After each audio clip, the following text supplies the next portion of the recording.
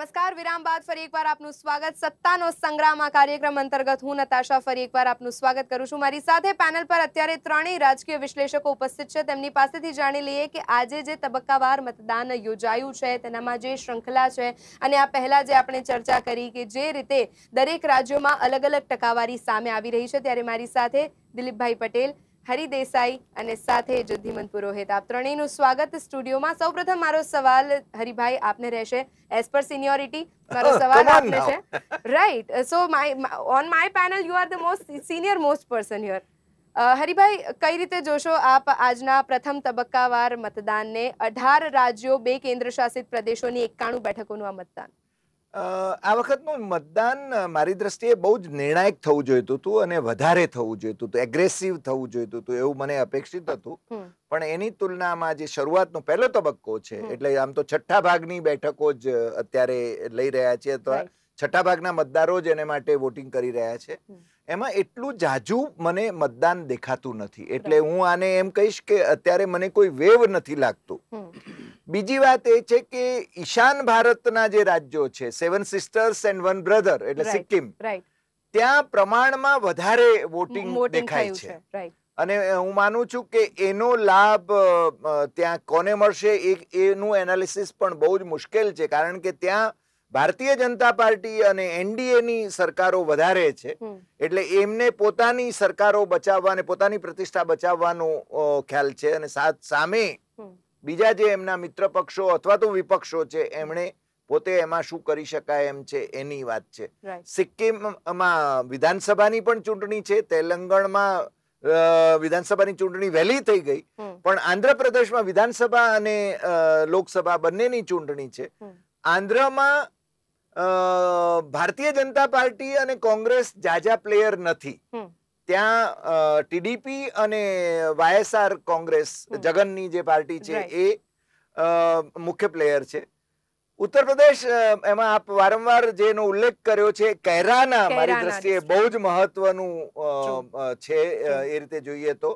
પણ ત્યાં પણ જયારે મને લાગે છે કે જે એસપી બીએસપી નું જે પ્રકારે જોડાણ થયું છે, અને મને લાગે છે અજીતસિંહ ની સાથે એમનું જોડાણ છે, એટલે એનો ત્યાં કેવો માહોલ ઉભો થાય છે એના તરફ બધાની નજર રહેશે.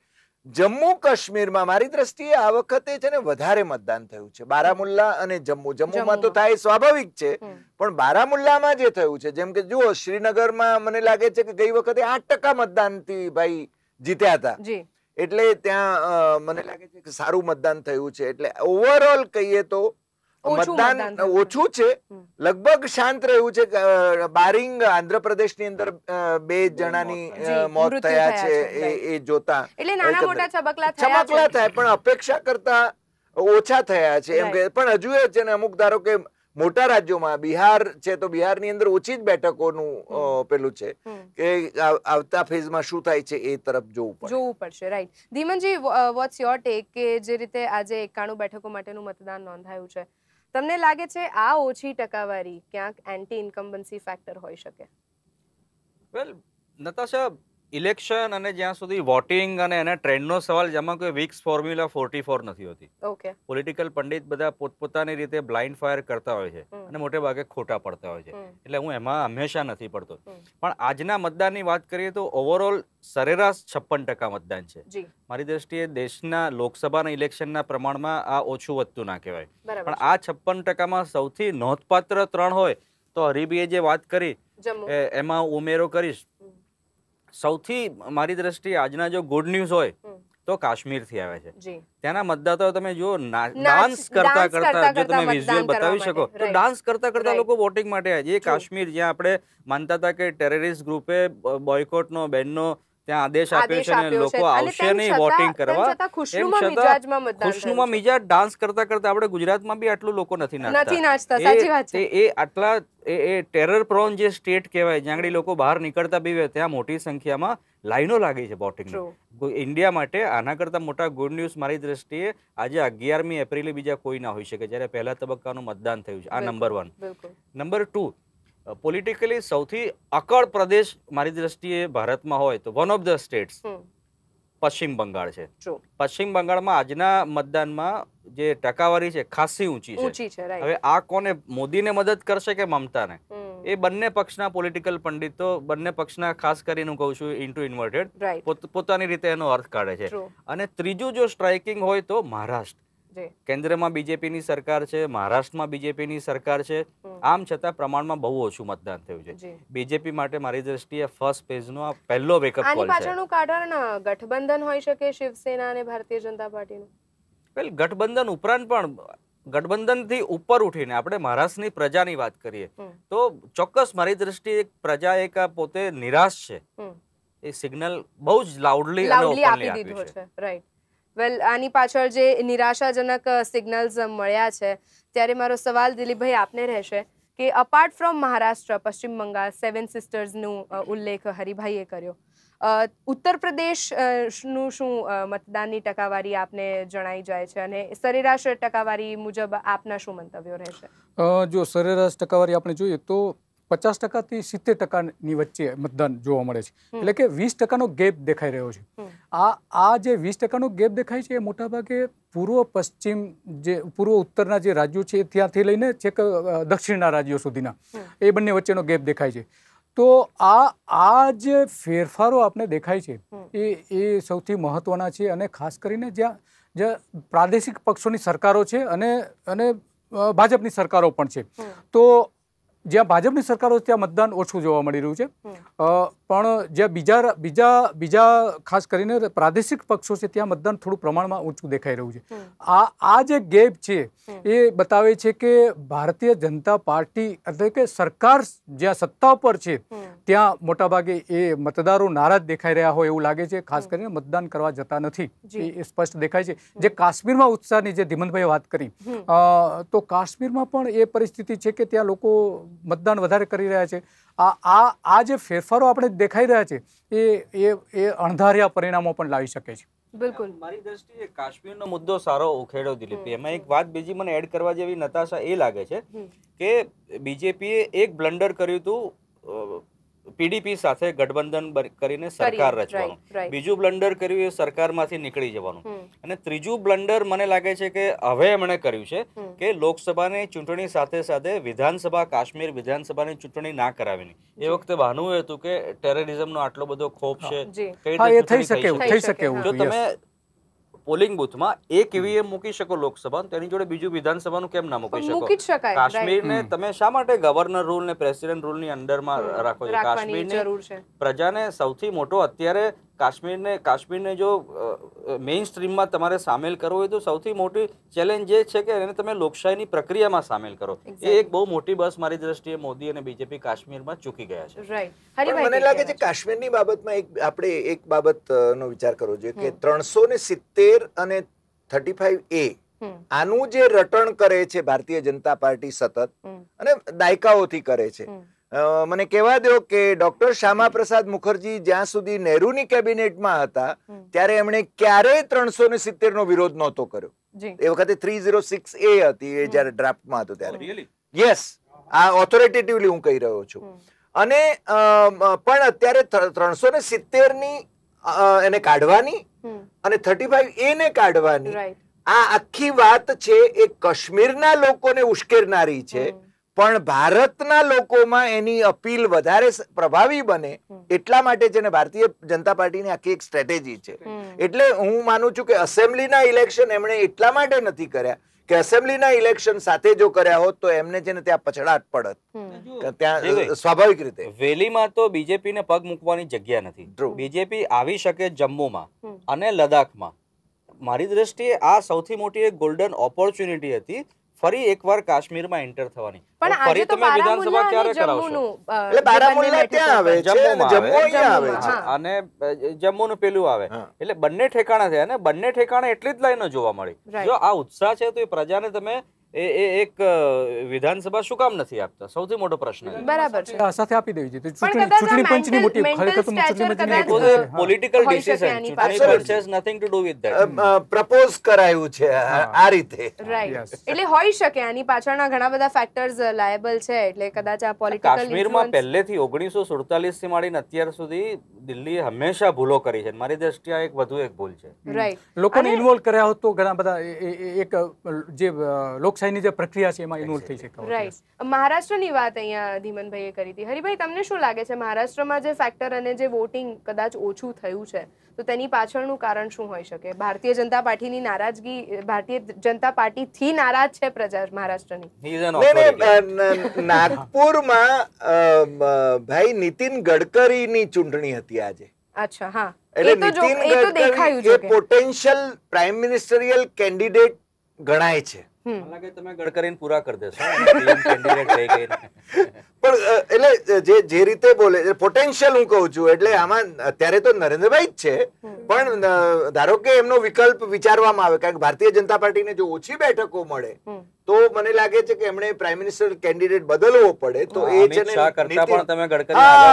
અમિત શાહને તમે લઈ આવો છો તો એ બરાબર છે કે અમિત શાહ પણ રેસમાં છે, અત્યારે તો ઉત્તરાધિકારી તરીકે પણ ત્યાંનું જે છે નાગપુરનો આખો જે છે નાગપુર હેડક્વાર્ટર છે, અને મને લાગે છે કે ભારતીય જનતા પાર્ટીની માતૃ સંસ્થા આરએસએસ નું હેડક્વાર્ટર છે, એટલે જે પાવર જ્યાંથી આવે છે એ નાગપુર છે. અને આમે મારી દ્રષ્ટિએ તો નાગપુર છે ને ખરેખર તો દેશનું હાર્ટ છે. આમાં એ સેન્ટ્રલી લોકેટેડ છે, એટલે ખરેખર તો રાજધાની નાગપુરમાં હોવી જોઈએ. પણ હવે અત્યારે ધારો કે નરેન્દ્રભાઈ એવું વિચારે તો એમ કહેવાય કે આ તો આરએસએસ ના છે એટલા માટે એવું કહી રહ્યા છે. પણ બીજી વાત છે કે શિવસેના પણ દૌલતાબાદ વાળી વાત પણ થઈ શકે. ઉપરાજધાની છે. પણ નાગપુર મુંબઈ રાજધાની છે મહારાષ્ટ્રની, અને ઉપરાજધાની છે નાગપુર. મહારાષ્ટ્રના બે ટુકડા થાય તો ચોક્કસ નાગપુર ફરી રાજધાની થઈ શકે. પણ એ તો ભારતીય જનતા પાર્ટીનું કમિટમેન્ટ છે. વિદર્ભનું આંદોલન ચાલે છે. નહીં, ભારતીય જનતા પાર્ટીનું કમિટમેન્ટ છે કે વિદર્ભ અને તેલંગણ એ બંને રાજ્યો આપવાનું એનું કમિટમેન્ટ હતું. અને પહેલા છે ને એ ટીડીપી એનો વિરોધ કરતી હતી, એટલે તેલંગણ ના આપી શક્યા. અહીંયા શિવસેના વિરોધ કરતી હતી, એટલા માટે છે ને વિદર્ભ ના આપી શક્યા. પણ એમના એજન્ડામાં તો આ જરૂર છે, એ પહેલેથી છે. પણ બીજું જે કહું, મને લાગે છે કે ધીમનભાઈએ કહ્યું એ વાત પણ એટલી સાચી છે કે ત્યાં શિવસેના અને ભારતીય જનતા પાર્ટી પ્રત્યે લોકોની એક ઉદાસીનતા જોવા મળે છે, મને એવું લાગે છે. અને એમનો વહીવટ જે ચાલ્યો એ મને લાગે છે ત્યાં ખરેખર રિયલ સેન્સમાં જો કહીએ તો વિપક્ષની ભૂમિકા છે ને શિવસેના ભજવતી હતી. કે ચોકીદાર ચોર હૈ એ છે ને શિવસેનાના સામનામાં છપાય, એડિટોરિયલી છપાય, અને ઉદ્ધવ ઠાકરે વારંવાર એના જાહેર સભામાં ઉચ્ચારણ બોલે છે. રાઈટ. એટલે એ જે વિરોધાભાસ છે ચોક્કસ એમણે પ્રજા સમક્ષ મૂક્યો છે. મારી દ્રષ્ટિએ જે હિપોક્રેસી છે બીજેપી અને શિવસેનાની પણ, કે આમ સામનામાં ગાળો દેવાની. અને તમે જો ગાંધીનગરમાં અમિત શાહે નોમિનેશન ફાઇલ કર્યું એ વખતે ઉદ્ધવ ઠાકરે આવીને એમની જોડે બેસે છે. ઉત્તરાધિકારીનો સંકેત આપ્યો ને એ દિશામાં અમિત શાહ જેવા એરોગન્ટ માણસ ખુદ ઉભા થઈને ઉદ્ધવ ઠાકરેને લેવા જાય છે. આ કેવો પ્રેમ? નહીં, એ તો માતોશ્રી પર અમિત શાહે વારંવાર જવું પડ્યું છે. અને શિવસેના મુખ્યમંત્રી પદની બાબતમાં કોઈ કોમ્પ્રોમાઇઝ ઓક્ટોબરની ચૂંટણી માટે નથી જ કરવાની. એ બહુ જ સ્પષ્ટ છે. એટલે આ ઝઘડો આ વખતે છે ને દેખાડા પૂરતો બરાબર છે, શમી ગયો છે, પણ પાછું ઓક્ટોબરની ચૂંટણી માટે એ લોકો ઝઘડવાના છે. તેલંગાણાની વાત અહીંયા નીકળી છે. દિલીપભાઈ, તેલંગાણાના મતદાનની ટકાવારી જોઈને શું લાગે છે કે આ વખતે તેલંગાણાની બેઠકો પર જે ટકાવારીનું મતદાન થયું છે તે સંતોષકારક છે કે પછી અસંતોષકારક? તેલંગાણામાં જો આ વખતે જે મતદાન થયું છે એ આમ એકંદરે તો સંતોષકારક કહી શકાય. કારણ કે ત્યાંની જે આખી રાજકીય પરિસ્થિતિ છે એ બીજા બધા સ્ટેટ કરતાં થોડી અલગ પડે છે. અને એના કારણે ત્યાં મતદાન આપણે જોયું છે તો એ કંઈ મારી દ્રષ્ટિએ બહુ પેલું ન કહી શકાય કે જે આપણે આંચકો આપી શકે એવું જે બીજા રાજ્યોમાં આપણે જોયું છે એ પ્રમાણે. કારણ કે ઓન એવરેજ જે આપણે જોયું છે કે મોટાભાગે 60 થી 62% વચ્ચે મતદાન લોકસભામાં થતું હોય છે મોટાભાગે. એ કમ્પેરિઝનમાં ત્યાં જોવા મળ્યું છે. જે બીજા સ્ટેટમાં 50% છે એના કમ્પેરિઝનમાં પણ ઘણું ઊંચું કહી શકાય. 60%નું મતદાન તો, અને એ પણ 17 બેઠકો માટે. 17 બેઠકો માટે, હા, એટલે ઘણું સારું કહી શકાય. અને ત્યાં લોકોએ ઉત્સાહપૂર્વક ભાગ લીધો છે એવું કહી શકાય. હવે તેલંગાણામાં કયા પ્રશ્નો અત્યારે ખરેખર અસર કરી રહ્યા છે આ વધારે ઊંચા મતદાન માટેના, એ થોડું તો વધારે તો હવે જ્યારે એના પરિણામ આવશે ત્યારે જ કહી શકાશે. પરંતુ એકંદરે સંતોષકારક મતદાન કહી શકાય. આ વખતે સાર્કેસ્ટિક ડીલ થઈ રહી છે હરિભાઈ, તમને એવું નથી લાગતું? જો તેલંગાણામાં છે ને ટીઆરએસ અને ઓવેસી સાથે છે, રાઈટ. મહારાષ્ટ્રમાં ઓવૈસી અને પ્રકાશ આંબેડકર સાથે છે, એટલે એ છે ને એ બીજેપી ની બી ટીમ તરીકે ત્યાં આગળ કામ કરી રહ્યા છે. આ છે ને ઇવન ટીઆરએસ અને ઓવૈસી ત્યાં તેલંગાણામાં પણ બીજેપી ની બી ટીમ તરીકે, ત્યાં બીજેપી ને કઈ જાજુ મળે એવી શક્યતા નથી. આંધ્રમાં પણ બીજેપી ની એ જ અવસ્થા છે, કોંગ્રેસની એ અવસ્થા છે. પણ ટીઆરએસે વિધાનસભાની ચૂંટણી વહેલી કરાવીને પોતાની મક્તેદારી છે ને જાળવી રાખી છે, એટલું તો આપણે કહી શકીએ. ઓવૈસી અને પ્રકાશ આંબેડકર શું ખેલ કરશે અને એની કેવી અસર થાય છે કોંગ્રેસ અને એનસીપી ના ગઠબંધન ઉપર, એ બહુ હવે આપણે જોવાનું રહેશે. રાઈટ. ઉત્તર પ્રદેશના ગઠબંધનની ચર્ચા કરીએ તો ધીમંતભાઈ, શું લાગે છે કે ઉત્તર પ્રદેશમાં જે ટકાવારીનું મતદાન નોંધાયું છે, આ પ્રથમ તબક્કો છે ને આના ઇન્ફ્લુએન્શિયલ ફેઝિસ બીજા તબક્કાવાર મતદાન ઉપર પણ પડી શકે છે કે પ્રથમ તબક્કામાં જો આટલું જ મતદાન થયું છે તો બીજા તબક્કામાં આના કરતાં વધી ઘટી શકે, અને specially in case of Uttar Pradesh કે જ્યાં મહાગઠબંધનની પણ ચર્ચા છે. ઉત્તર પ્રદેશની વાત કરું એ પહેલા તમે જે સાઉથ ઇન્ડિયાની ચર્ચા કરી એમાં એક વાત મને એડ કરવી ગમશે કે બહુ મોટી નિષ્ફળતા છે આપણી. આજે આઝાદીના હરીવે 70 કરતા વધારે વર્ષો થયા, પણ મહારાષ્ટ્રની નીચેના જે પ્રદેશો છે એ જાણે United state of south India હોય એ રીતે હજી વર્તે છે. ઉત્તરના જે લોકો છે એ ત્યાં હજી આઉટસાઇડર છે, હિન્દી ભાષાનો ત્યાં ડેવલપ થવા નથી માંગતા. You are absolutely right. Stalin તો એમ કે છે કે દક્ષિણના રાજ્યોનું દ્રવિડ નાડુ કરવું જોઈએ. રાઈટ, એટલે દ્રવિડીકરણ થઈ જવું જોઈએ. રાઈટ, સાચી વાત. તમે જુઓ જે કહેવાતા રાષ્ટ્રીય પક્ષો આપણા છે, કોંગ્રેસની વાત કરીએ કે બીજેપી કહીએ, એને ત્યાં પગ મૂકવાની ક્યાંય જગ્યા નથી. તમારે કોકનો લોકલ પાર્ટીનો સપોર્ટ લેવો પડે. એક્સેપ્ટ કર્ણાટકા, ત્યાં બીજેપી ને કોંગ્રેસની પોતપોતાની સરકાર બની છે, પણ એ સિવાયના સ્ટેટમાં તમે વાત કરો તો હજી પગ મૂકવાની જગ્યા 70 વર્ષે મળી નથી. કેટલી ખતરનાક પરિસ્થિતિ. અને જે દ્રવિડિસ્તાનની વાત કરી એ ભારતના ટુકડા કરવાની વાત છે, જે હજી સુધી આપણે ઉપરના અને નીચેના ભારતને એક નથી કરી. બહુ મોટો ચિંતાનો વિષય છે આટલા બધા ઇલેક્શન્સ પછી. હવે તમારા ઉત્તર પ્રદેશની ચર્ચા ઉપર આવું તો ઉત્તર પ્રદેશમાં બહુ સાફ સિગ્નલ છે. આજની પહેલા તબક્કાનું મતદાન થયું એ પહેલાથી કે 2014માં નરેન્દ્ર મોદીની સરકાર બની, એમાં બહુ મોટો રોલ ઉત્તર પ્રદેશનો હતો. એક તો ઉત્તર પ્રદેશ વડાપ્રધાન આપે છે એ એક સાયકોલોજીકલ મિથ છે એ, અને એ ઉપરાંત ઉત્તર પ્રદેશે અનપ્રેસિડેન્ટેડ સીટ્સ આપી બીજેપી, બરાબર, જેની ક્રેડિટ અમિત શાહ લઈ ગયા. અને અમિત શાહનું કદ અત્યારે નરેન્દ્ર મોદીના ઉત્તરાધિકારી તરીકે ગણવામાં આવે એ ઉત્તર પ્રદેશને કારણે. પણ બહુ સ્પષ્ટ સંકેત છે અત્યાર સુધી અને આજના વોટિંગથી પણ ઉત્તર પ્રદેશમાં આ વખતે બીજેપીની એટલી સીટો કોઈ કાળે નથી મળવાની જે 2014માં મળી હતી. એટલે આ જે રુઝાન છે એ વેવ પણ નથી જોવા મળતો અત્યારે. જે 2014માં વેવ મહાગઠબંધનની સોલિડ ચેલેન્જ છે. કોંગ્રેસ પણ 2014ના પ્રમાણમાં અત્યારે સ્ટ્રેટેજિકલી વધારે સોલિડ છે, મજબૂત છે. એટલે 62% જે મતદાન છે તે 2014 કરતા ઓછું છે ઉત્તર પ્રદેશમાં. ઓછા વત્તા કર, મેં તમને કીધું ને, હું માઇક્રો એનાલિસિસમાં નથી જતો, મેક્રો લેવલે તમને જકું છું. મને જે સિગ્નલ મળે છે પત્રકાર ઉત્તર પ્રદેશના પત્રકારો સાથે મારી જે વાત છે એમાં સાફ સંકેત છે કે બીજેપી આ વખતે ઉત્તર પ્રદેશમાં બહુ આશા રાખવા જેવું નથી. અને એમાં બીએસપી અને એસપી અને અજીતસિંહની પાર્ટી એનું જે જોડાણ થયું છે એ, અને બીજું છે ને પ્રિયંકાનું ત્યાં ઉતરવું કોંગ્રેસને માટેનું. હવે આમાં જે આ જોડાણ જે દિવસે થયું એસપી બીએસપી નું, ત્યારથી જ ભારતીય જનતા પાર્ટીની ચિંતા વધી છે. હવે મને લાગે છે પ્રિયંકા કેટલું જોર મારે છે, એ જોર મારે છે માત્ર બ્રાહ્મણ વોટ છે ને ભાજપ તરફ જતા રોકવા માટે છે કે પછી એ પોતાની રીતે પણ પોતે મજબૂત થાય છે. બહુ નહીં એનું સ્થિતિ સુધરે પણ તોય એની સીટ્સ વધશે એવું તો ચોક્કસ ઉત્તર પ્રદેશના આપણા સંપર્કો કહી રહ્યા છે. કોંગ્રેસની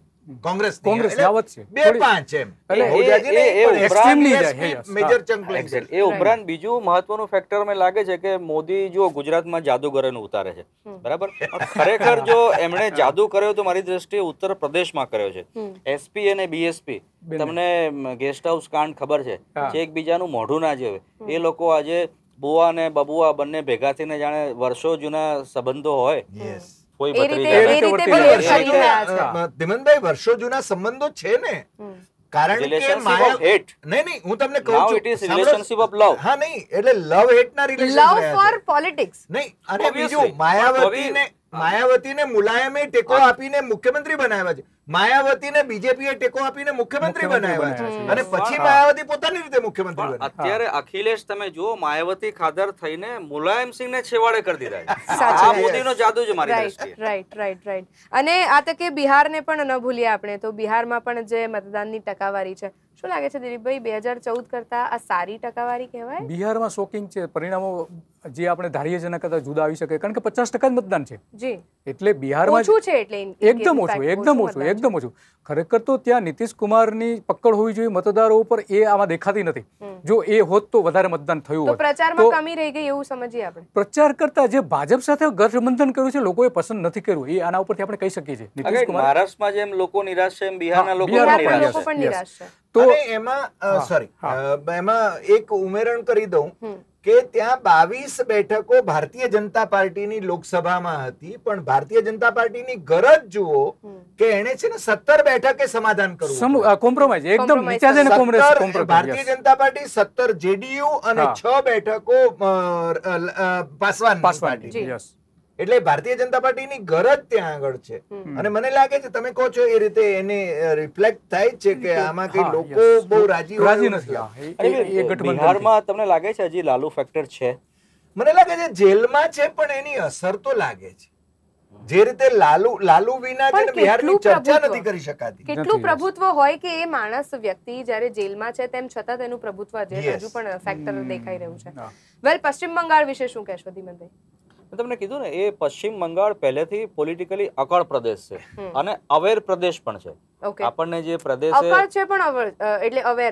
છે, આપણને જે પ્રદેશે આપણું રાષ્ટ્રગીત આપ્યું, માત્ર આપણને નહીં બાંગ્લાદેશને પણ રાષ્ટ્રગીત આપ્યું. રવિન્દ્રનાથ ટાગોરે બબ્બે દેશને રાષ્ટ્રગીત આપ્યું. અને એ એવો પ્રદેશ જ્યાં 25 વર્ષ સુધી એક લેફ્ટના મુખ્યમંત્રીનું શાસન રહ્યું, બરાબર. અને મમતા, જેનો કોઈ મોટો પક્ષ નતો, રિજિયોનલ પક્ષ હતો ટીએમસી, એણે પત્તાના મહેલની જેમ કડડ ભૂસ કરી નાખ્યું લેફ્ટને, બરાબર. એ પશ્ચિમ બંગાળમાં જ થઈ શકે. ગુજરાતમાં આપણે કલ્પના નથી કરી શકતા 25 વર્ષ પછી બીજેપીને અચાનક કોઈ પત્તાના મહેલની જેમ ઉથલાવી શકે, બરાબર. એટલે એ પ્રદેશ છે. ત્યાં તમે જુઓ, એક પોલિટિકલી અવેર એટલા માટે હું કહીશ કે તમે એક સામાન્ય માણસને ત્યાં પૂછો તો તમારી મારી કે આપણા બંને વિદ્વાનો કરતા વધારે પોલિટિક્સની ચર્ચા એ કરી શકે. મારા મિત્રો પશ્ચિમ બંગાળમાં કોલકાતામાં છે, એમના અનુભવના આધારે કહું છું. ત્યાં મને વધારે એટલા માટે રસ પડે છે ત્યાં કે ત્યાં જે આટલું મોટું મતદાન થયું એ શેના માટે થયું? ત્યાં આગળ જમીની મુદ્દાઓ ઘણા છે, પણ ઇલેક્શનમાં એ મુદ્દાઓ નથી. ઇલેક્શનમાં અગર મુદ્દા છે તો મમતા અને મોદી બે જ છે. તમે જુઓ, મોદી મમતાને કહે છે કે સ્પીડ બ્રેકર દીદી, બરાબર. ત્યાં આગળ ઇન્ડસ્ટ્રીયલાઇઝેશન વિકાસ નથી થવા દેતી એવો આરોપ છે. અને મમતા સાંભળીને ચૂપ બેસી રહે એમાંની તો છે નહીં.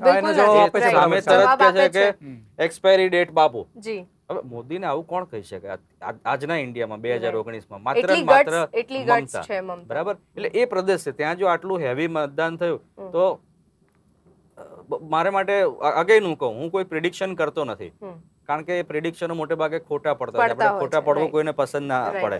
પણ જ્યારે 23મી મે આપણે જો સાથે બેસીશું તો સૌથી રસનો વિષય એ હશે કે આ જે થમ્પિંગ વોટિંગ ત્યાં થયું એ કોની ફેવરમાં અને કોની અગેન્સ્ટમાં ગયું. Right. Well, I am sure કે જે રીતે ધીમનભાઈનું જ નહીં, આઈ એમ શ્યોર અત્યારે સૌ કોઈ દર્શકોનું પણ એ જ કહેવું છે કે આ તો પ્રથમ તબક્કાનું મતદાન અને આ ટકાવારી આપણે ડિસ્કસ કરી. હજી પણ આગામી સમયમાં 6 તબક્કાવાર મતદાન થવાનું બાકી છે અને ત્યારબાદ 23મી મેનો તે દિવસ કે જ્યારે આ દેશમાં રુઝાન નક્કી થશે, આ દેશમાં રુઝાન જાહેર થતાની સાથે જે કાઉન્ટિંગની દિશા બદલાશે અને આ કાઉન્ટિંગ કયા પક્ષમાં જાય છે તેના પર સૌ કોઈની નજર. વેલ, આજની આ ચર્ચામાં આપ ત્રણેય રાજકીય વિશ્લેષકો અમારી સાથે જોડાયા. આપનો ખૂબ ખૂબ આભાર. Thank you. દર્શક મિત્રો, સત્તાનો સંગ્રામ આ વિશેષ કાર્યક્રમ અંતર્ગત હાલ બસ આટલું જ. વધુ માહિતી અને પળે પળની અપડેટ્સ માટે આપ જોતા રહો નિર્માણ ન્યૂઝ. મને આપશો રજા. નમસ્કાર.